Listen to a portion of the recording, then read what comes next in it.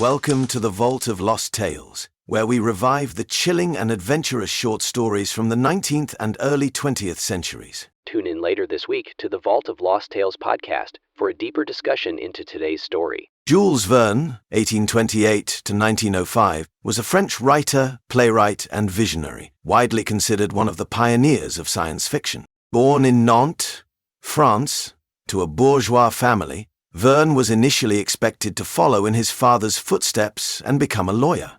However, his passion for storytelling and adventure led him to the world of literature instead. Living in Paris, Verne immersed himself in scientific journals and technological advancements of his time, which heavily influenced his writing. His works combined meticulous research with boundless imagination, crafting stories that felt both fantastical and scientifically plausible. This unique blend became the foundation of his Voyages Extraordinaires series, a collection of novels that took readers to the depths of the ocean, the vast reaches of space, and even the center of the Earth. His most famous novels include Journey to the Center of the Earth, 1864, an underground expedition filled with prehistoric wonders, 20,000 Leagues Under the Sea, 1870, featuring Captain Nemo and the futuristic submarine Nautilus, long before submarines became reality, and Around the World in 80 Days, 1872, a thrilling race against time that showcased Verne's fascination with travel and technology. Despite his success, Verne's personal life was not without struggle. His relationship with his father was strained due to his rejection of law as a career, and later in life he endured financial hardships and health issues.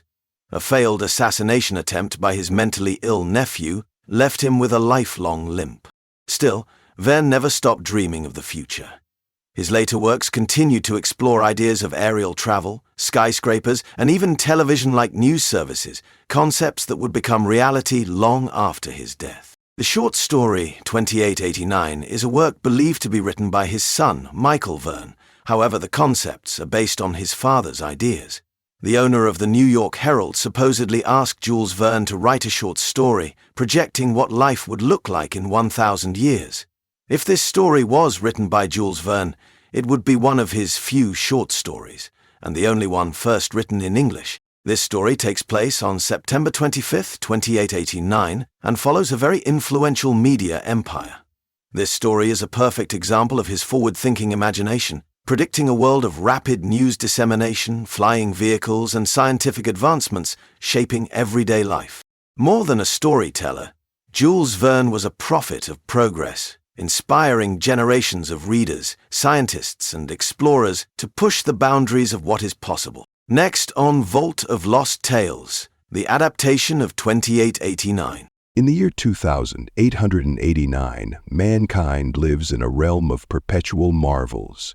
Yet, despite towering buildings and contrivances that defy imagination, there lies a nostalgia for the days when every new invention was a wonder, a time when progress itself was an art. Meet Mr. Fritz Napoleon Smith, the ingenious editor of the Earth Chronicle, a man whose day is as meticulously engineered as the marvels he oversees. Every day begins with a little magic and a lot of machinery. Good morning, Fritz. I'm just waking from a delightful dream of hats and haute couture. Ah, my dear, if only your punctuality were as swift as our telephote's transmission. Thus begins another day of progress, punctuated by personal quirks and the ceaseless hum of innovation. Capital, my dear fellow. Your portrayal of rustic life is a triumph, if only you dive a little deeper into the motives of your character. I'll endeavor to infuse more truth into my next tale, sir. Well, Cash, what's the news from the cosmos today? We've got telegrams from Mercury, Venus, and Mars, though Jupiter's signals remain a mystery, sir. Mystery indeed. Perhaps our signals haven't quite tickled Jupiter's fancy yet. Our optics may be fine, but tell me, Cooley, why does Jupiter seem so deaf to our advances? It appears, sir, that not all celestial bodies are as eager to communicate as we are. Introducing SkyScript, a revolutionary way to advertise. Why settle for the mundane when your message can float above the rest? Capture attention from every angle, even from the most distractible audiences.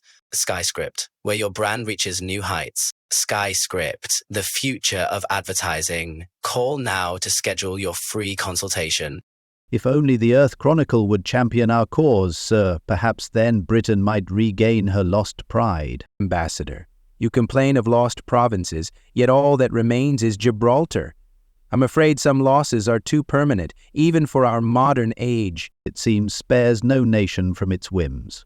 Every day, amidst the hum of innovation and the clatter of ideas, Mr. Smith weighs dreams against practicality. Proposals range from reviving forgotten arts to reshaping entire cities, and even creating human life from raw matter. Sir, once we've reduced all matter to its fundamental elements, imagine manufacturing not just metal and stone, but flesh and blood alike. You wish to craft human beings in a lab?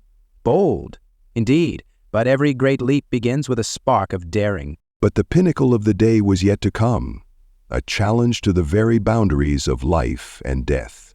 Prepare the telephote. We are about to awaken Dr. Faithburn, our experiment in suspended animation. They are opening the casket, the once vibrant mind now entombed in time. He has been dead, by all measures, for 100 years. At least, in his case, death is merely a prolonged nap.